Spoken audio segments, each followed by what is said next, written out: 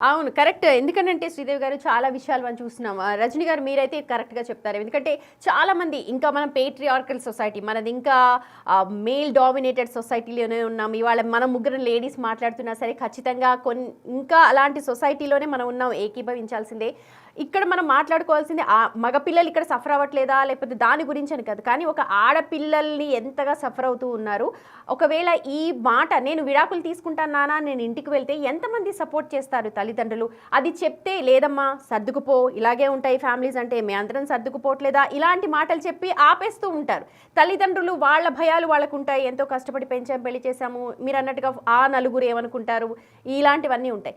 ముఖ్యంగా ఆడపిల్లలు చాలామంది చెప్పకుండా ఆత్మహత్యలు, ఉరేసుకొని చనిపోవడం, లేకపోతే తనతో పాటు పిల్లలు ఇలాంటి సంఘటనలు తెలుస్తూ ఉన్నాయి కదండీ రజనీ గారు.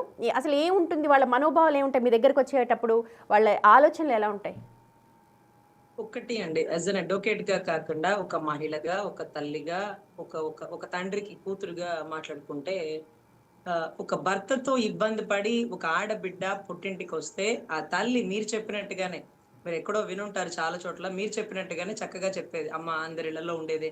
నాన్న నన్ను ఎన్ని మాటలనేవాడు. నువ్వు చూడట్లా నేనలా గట్టిగా నిలబడకపోతే నేను కూడా నీ భర్త దగ్గర నుంచి నువ్వెలా వచ్చేసావో అలా కూడా నేను మా అమ్మగారి పుట్టింటికెళ్ళిపోతే ఈ రోజు ఇంత చదువుకునేదానివా నువ్వు? హ్మ్. తండ్రి పక్కన ఉండబట్టే కదా మనకి ఈ ధైర్యం ఉండేది. హ్మ్. అంటే తండ్రి లేని సమాజం మనల్ని ఎలా చూస్తుందో నీకు తెలీదా తల్లి? కొంచెం ఓర్పుగా ఉండమ్మా, ఓపికగా ఉండమ్మా అంటూ హ్మ్. చాలా మాటలు చెప్తారండి. అది ఇప్పుడు సొసైటీలో మీలాంటి వాళ్ళకి కొంతమందికి తప్పు రజనీ గారు అది కరెక్ట్ కాదు.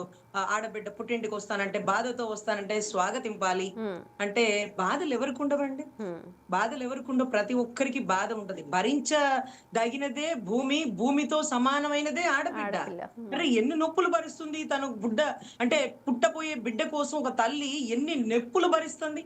బిడ్డ మంచిగా చూస్తాడో లేదో తెలీదు. బిడ్డ రౌడీ షీటర్ అవుతాడో లేదో తెలీదు. బిడ్డ కాళ్ళతో తల్లిని తంతాడో తెలీదు. కానీ కడుపులో తంతుంటే సంతోషపడి బిడ్డని కనేస్తుంది. ఎందుకంటే ఒక తల్లిగా ఒక బిడ్డని.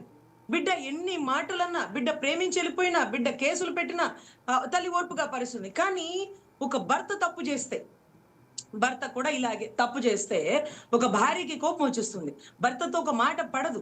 భర్తని ఒక మాట అననివ్వదు. హ్మ్. అననివ్వదు. "నువ్వెవరు నన్ను ప్రశ్నించడానికి?"